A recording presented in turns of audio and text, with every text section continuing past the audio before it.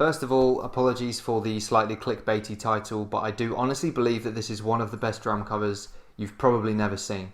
Thank you to ChewYourGoodFood for the comment on my Travis Drums, My Chemical Romance Teenagers analysis video. He suggested that I take a look at this, which is a cover of When I Lost My Bet by the Dillinger Escape Plan, covered by Patrick Dentico.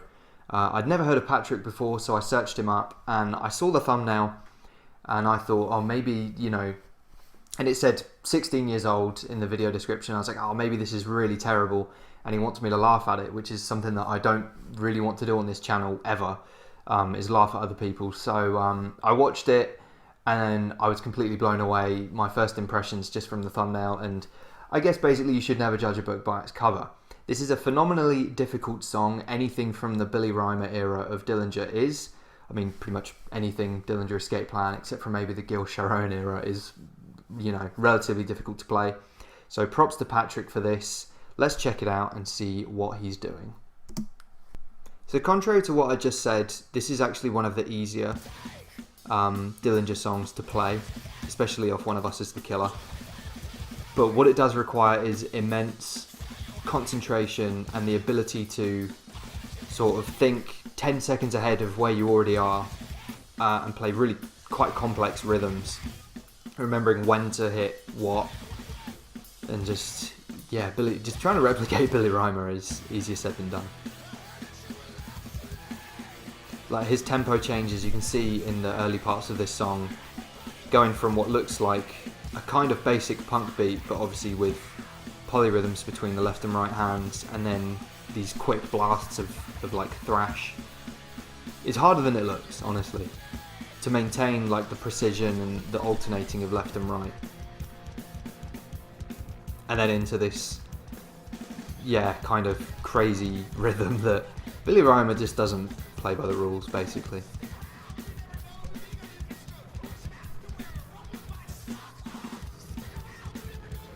And there's a lot going on in this song.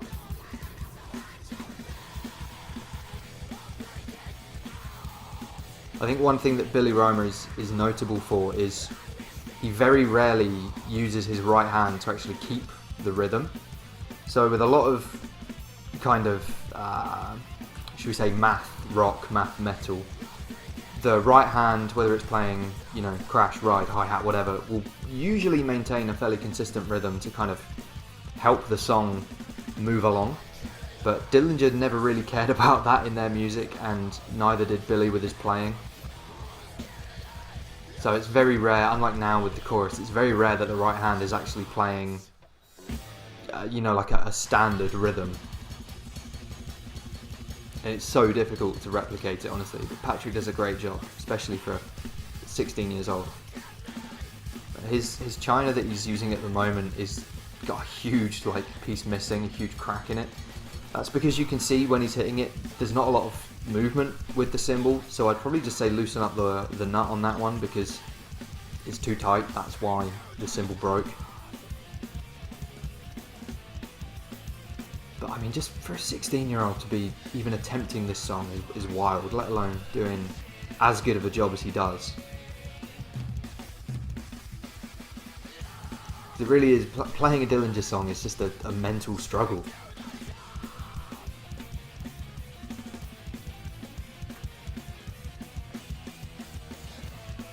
Very few points in the song where you can, you know, breathe and rest for a second.